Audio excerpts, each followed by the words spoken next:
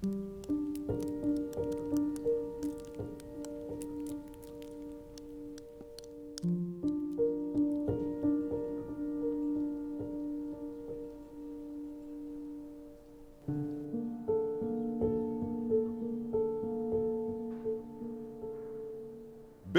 may be the American pastime, but the existence of the Negro League is an embarrassing chapter some would like to forget. Hamtramck Field near Detroit is one of 5 remaining stadiums where Negro Leaguers played. It's built in 1930 for the Detroit Stars. Like the memory of Negro League players, the stadium looks like it's been ignored too. Perhaps because any evidence of black baseball is a reminder of discrimination. Places like this are also a symbol of determination. Okay, so I'm standing approximately on home plate at Hamtramck Stadium. First base would be that way. Baseball historian Gary Gillette is trying to restore the stadium. Okay, so we're going out to pitcher's mound here under the snow. Technically, we're trespassing. Trespassing, but nobody really cares. Even GPS doesn't recognize Hamtramck Stadium. For decades, people thought it was weird that they would build a Negro League park in a Polish city, a Polish suburb. There are only a handful of places in the country where you can go see where Negro League teams played, and the history of this place is fascinating. The stadium is on the National Register of Historic Places, but without national landmark status, it's not enough to protect it from developers. Finding respect has been a difficult journey for African Americans in the world of baseball. There are many excuses. They aren't good enough, disciplined, or dedicated enough to play in the white major leagues. People like Satchel Paige eventually proved them wrong, but many less famous are forgotten.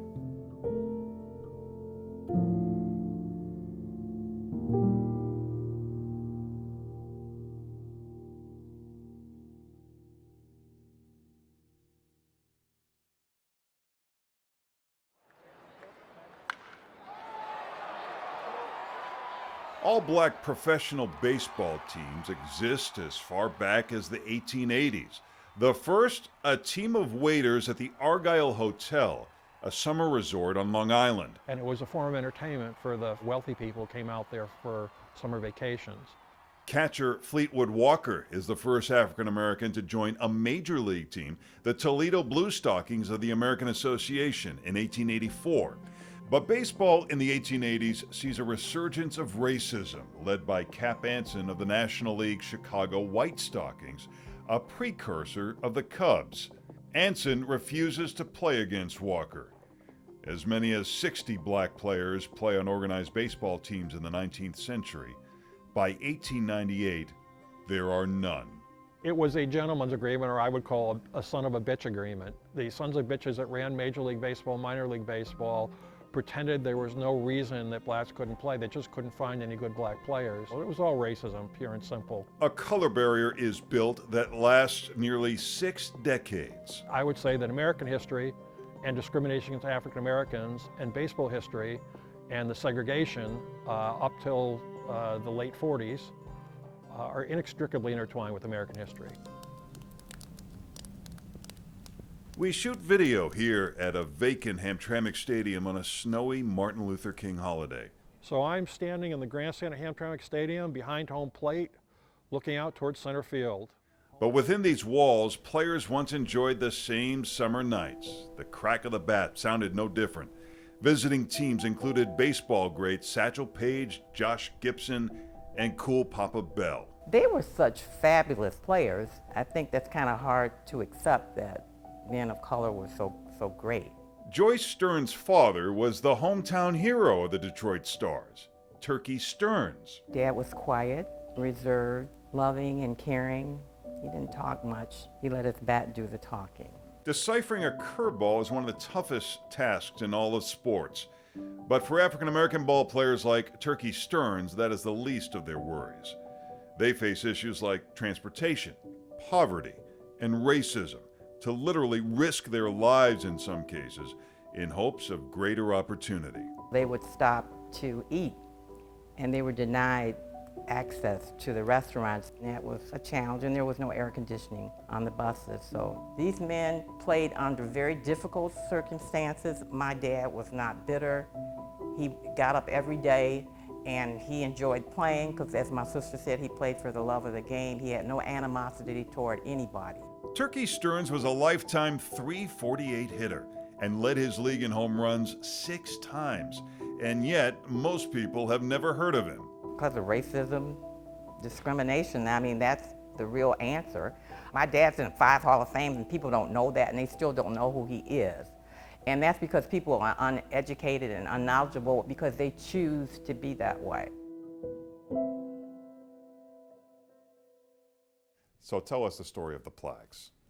Okay, the first one is from the Afro-American Sports Hall of Fame. That was the first induction. Joyce Stearns and her sister Rosalind Stearns Brown travel the country to tell the story of their father. I found out the kids knew nothing about Negro League baseball, and they grew up thinking that Mickey Mantle and Babe Ruth were the heroes. And I said, no, we have our own heroes.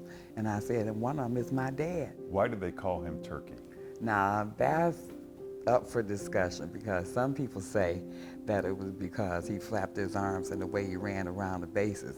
But he told me that he said he got his nickname because of the speed, because he said turkeys can get up to 40 miles an hour. In the off-season, Turkey Stearns works for Walter Briggs in his auto body factories. But Walter Briggs has another business that would not allow blacks, the Detroit Tigers. And they could work in his factory, but his slogan was, no jigs with Briggs, so that no black would ever play on his team, and he had to die first. And then I think in 1958, Ozzie Virgil was the first person of color to play on his team. That kind of attitude is part of the legacy of African-American players. Rube Foster is tired of waiting for his big chance. One of the great pitchers of the early 20th century, he establishes the legendary Chicago American Giants in 1911. Then he creates the first long-lasting professional league for African-American players, which operates from 1920 to 1931.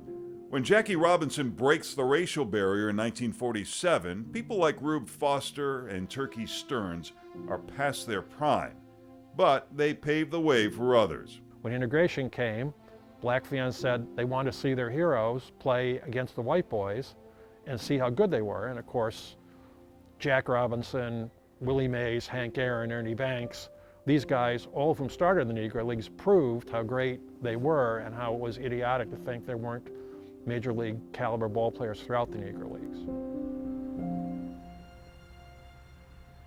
As the father of black baseball, Rube Foster's elegant gravestone in Burr Oak Cemetery reveals his legacy is a bit more enduring than some of his colleagues. Other Negro League players, well, for many, we don't even know where they're buried. He ran it with an iron fist. Jeremy Kroc is an anesthesiologist from Joliet. He's part of a group investigating where Negro League players are buried to give them a proper marker. It's a very important part of American history. It should be an embarrassing part of American history to us in the Major League Baseball that these great players were excluded.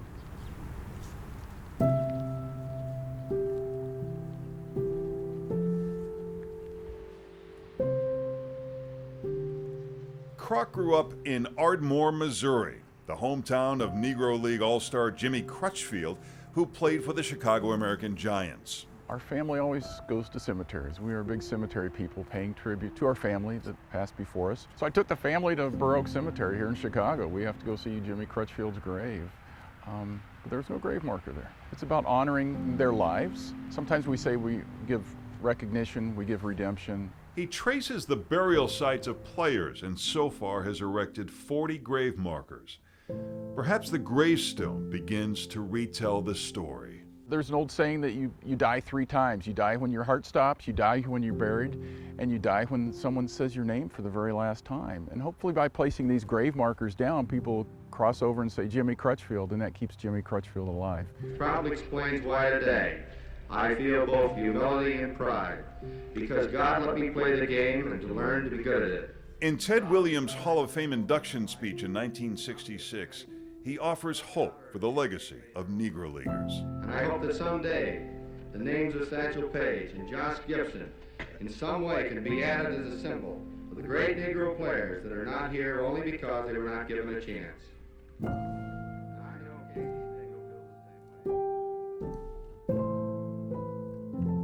Page says he doesn't want to be in some Negro League exhibit in a corner of the Hall of Fame. He wants full induction, and he gets it in 1971, the first Negro League player to be inducted into the Baseball Hall of Fame.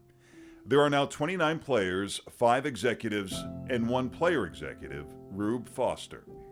Turkey Stearns is inducted in 2000, 21 years too late. He dies in 1979. We should celebrate people when they're alive, and we should celebrate the differences. God made us all different for a reason. Sometimes I wonder why. It might have been a lot easier if we were all white or all the same color, you know, but we're not for a reason. So we have to learn to get together and live together in peace and harmony. And that's what the Negro Leaguers did, and that's what my dad stood for. So they were great role models for us to live and pattern our lives after and teach our children to live that way. What a great place this world would be if we did that. Many were left out, left waiting by the phone for a call that would never come. The excuse? They weren't real major leaguers. Which to me is saying, okay, because we screwed you over once, we're going to screw you over again. Were blacks good enough? How about flipping that question? Would whites be as good had they faced stars of black baseball, increasing the competition of the entire league? We'll never know. After integration, the MVP award in the National League is won, I think, 9 times in 12 years or 10 times in 12 years by black players. Jack Robinson, Ernie Banks, Willie Mays, Hank Aaron, Willie McCovey, they dominated the National League. Like Turkey Stearns, many are too old when integration happens. They miss out on their opportunity on the biggest stage. But white people miss out too, never having seen amazing players like Turkey Stearns.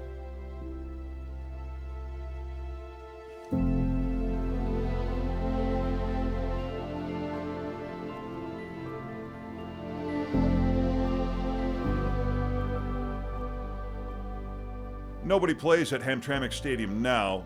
It's quiet. We will have a field here that'll be used all summer, all spring. Gary Gillette hopes to change that by generating $5 million to renovate this historic place.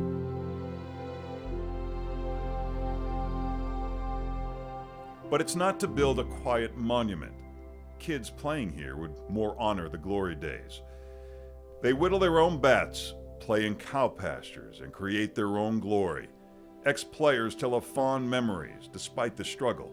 Like the rusty fence or splintered benches at Hamtramck Stadium, they are glad that part's eroded, but sad the glory seems forgotten.